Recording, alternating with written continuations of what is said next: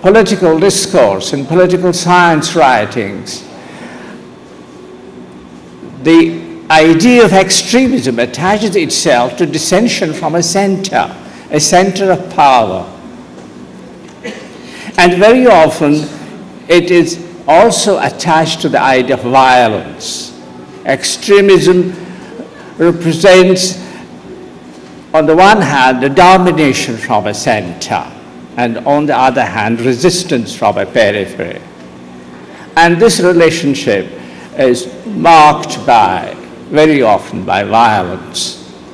And all kinds of extremist movements emerge, like fundamentalist movements, or like movements for political autonomy or separation.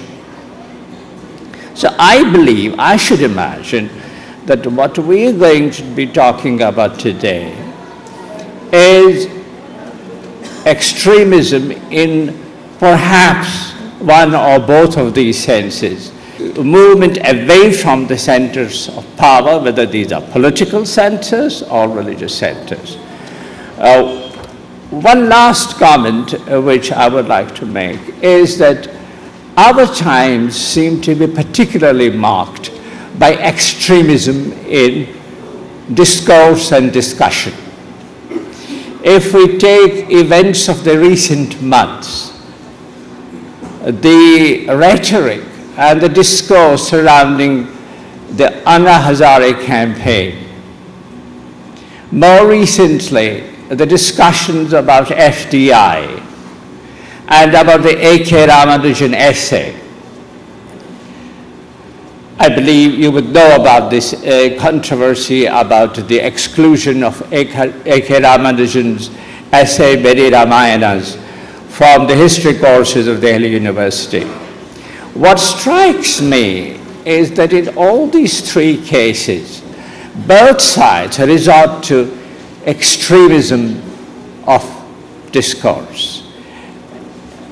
FDI, 10 million jobs will be created in 1 year. 4 million jobs will be lost in 1 year.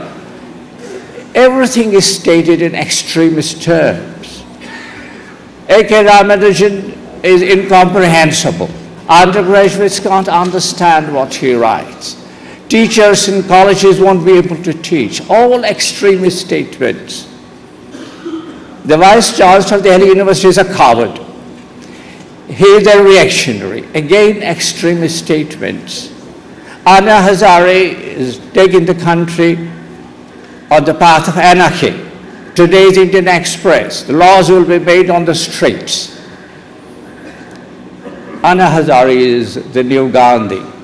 So there seems to be a peculiar kind of a development in the way in which we argue positions in this country, whether these are political positions or positions on economic policy or positions on what is to be taught in the universities. I don't know why this should be happening, why there is this a virus of extremism which has invaded all arenas of discussion and discourse. Maybe we will have some illumination on this. I add my own welcome to the speakers here, Professor Panani. He really turned around the sociological bulletin.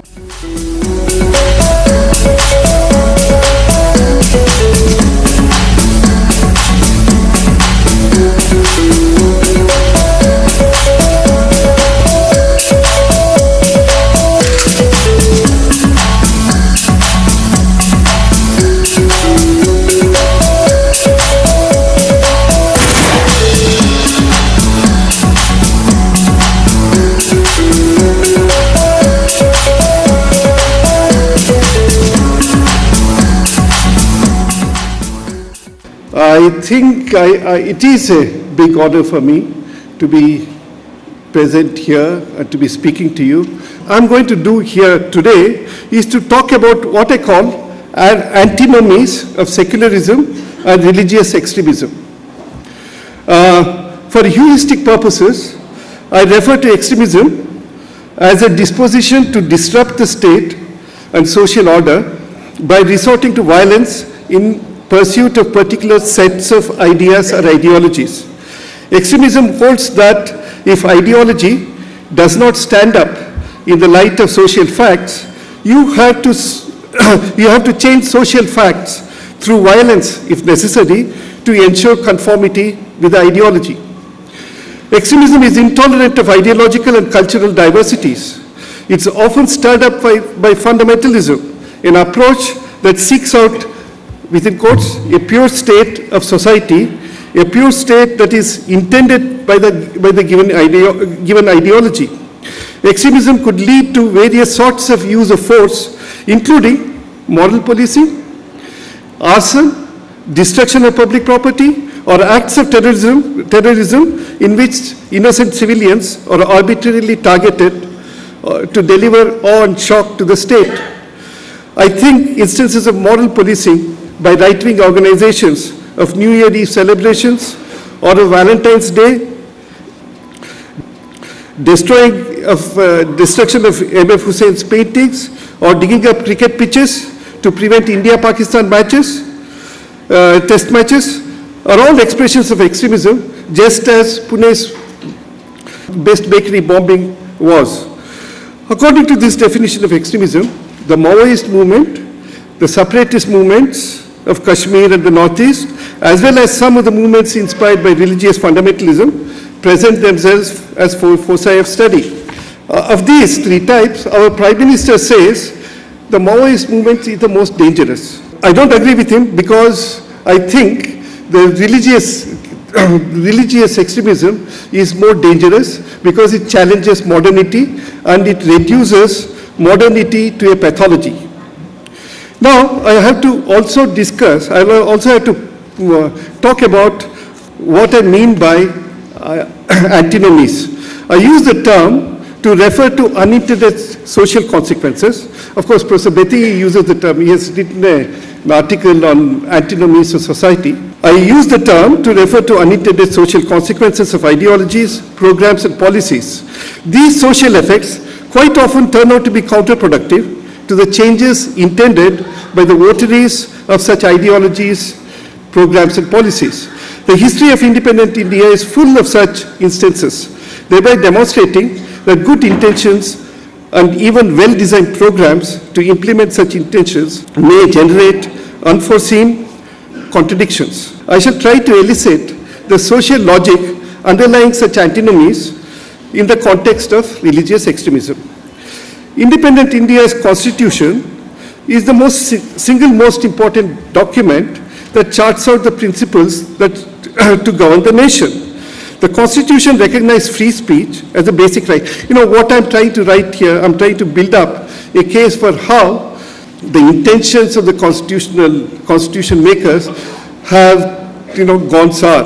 The constitution recognized free speech as a basic right because, as Granville Austin says, the intention was to instill the spirit of democracy and promote social revolution. Moreover, it protected rights of individual citizens for equal treatment, of course. At the same time, it also recognized Dr. Ambedkar's condition for the equality of citizens before the law that required reservations for socially disabled castes and communities. Hence, we have these privileges for reservations of backward classes, scheduled castes and scheduled tribes. By interpreting backward classes as a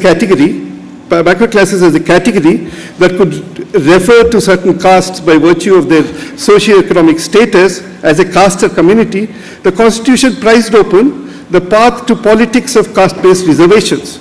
Ambedkar had envisaged that such reservations would be dismantled in the course of a decade or two. Once these socially oppressed castes and communities are able to attain social mobility. This politics of caste and caste-based reservation has now become self-propagating. I agree with a whole host of other eminent social scientists who say that this politics of the backward classes displayed progressive features in the sense that it empowered the formerly oppressed castes and promoted the spirit of democracy. But in the process, it also sharpened aggressive assertions of caste identities that led to increasing frequency of atrocities on the Dalits by the newly empowered backward castes, Dalits and women. The politics of backward classes reservations coincided, it also, backward classes reservations morphs into, caste becomes communalism. That's the point that I'm trying to make here. The politics of backward caste reservations coincided with the emergence of the subaltern school that asserted that collective identities of the oppressed castes, tribes and religious communities contain the seeds of revolutionary class consciousness. Hence, instead of rejecting caste, ethnicity and religion, when I started out as a student of economics in MA, in Delhi School of Economics, sociologists were treated as outcasts because they were all considered, they were all regarded as studying caste. They were all casteist in one way. And they thought that class was the dominant, the class relations should be analyzed and not caste. And those who study caste are in a way reactionary. Or they, because caste after all was a superstructural phenomenon.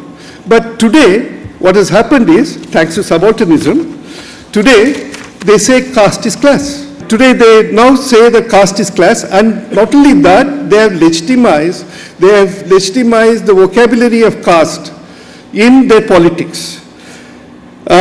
Consequently, instead of ignoring religion or caste consciousness as inconsequential instances of false consciousness, Marxist and communist parties have incorporated caste and religion as important categories in their theoretical exegesis and in honing their revolutionary strategies. In the new lexicon of progressives, caste is indeed class. Any support extended to advance the interests of oppressed castes and communities was, according to them, a support for class struggle. They regarded backward class movements and Dalit movements as essentially movements for the empowerment of the oppressed classes. On similar grounds, they became the champions of minority religious communities and supported and encouraged them in their struggles against the hegemony of Hindu majority.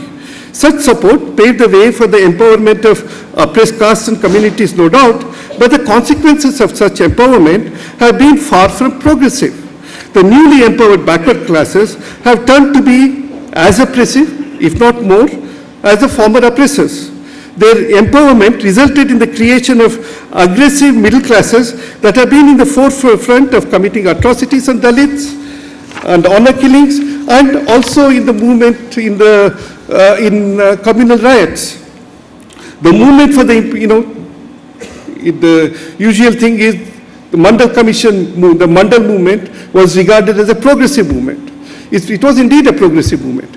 But those who consider the Mandal movement as progressives, they, were blinded to the fact that, they considered Advani's Rath Yatra as a reactionary movement, right? Yes, it was a reactionary movement, but they were blinded to the fact that amongst those leaders who joined the Rath Yatra and who were the strongest supporters of Rath Yatra were the OBCs, were the Dalits, and also, in fact, even the sons and mahants drawn from the backward classes, gave a big boost to Advani's Rath Yatra to make it so successful that, VP Singh's regime was overthrown. Not just that, the consequences of this was, a large-scale communalization of India. The participation of Dalits, tribals, and the backward, OBCs in Gujarat riots, Gujarat, that program on the Muslims, they have been misled by the upper castes, right? Nevertheless, the fact that astute ethnopreneurs could manipulate the collective consciousness of the subaltern classes raise doubts about the thesis that subaltern consciousness is necessarily progressive and revolutionary and will indeed remain as such when they are empowered, when these classes are empowered. The biggest challenge to India's secularism, of course, I refer now to Shah Bano case, in which I find very intriguing that the secular government, supported the traditional Muslim orthodoxy rather than those who were supporting the Shah Banu, those among the Muslim communities, the women who were supporting the Shah Banu judgment. So what I'm trying to argue here is that what we consider as progressive at one point of time may turn out to be reactionary, soon after. There's a slippage between progressivism and reactionary and reaction. Now, my main point is this: subalternism, progressivism, all this is fine, but what happens is the social reactions produced by these progressive ideologies. For instance, I just one point I wish to make here: the Hindutva movement gained momentum mainly because of the fact that, they showed up the secularism within quotes. There are several kinds of secularism. There are some secularists who said that the cultural rights of minorities have to be protected to such an extent that even if members of the minorities want to opt out of the customs, they should not be allowed to do that. If Bora women want to choose partners of their choice, they should be prevented from doing so because it will erode the cultural integrity of the Boras. This was the kind of argument that were given. These arguments were used by the proponents of the Hindutva to distort, to present a view that in fact, the Hinduism is in danger. So to conclude, what I want to highlight is, when we talk about religious extremism, perhaps for some reason, because of the social logic, what is regarded progressive, what is regarded as secular, gets distorted into extremism. And these extremism play on each other and amplify the entire atmosphere of the country. Thank you very much.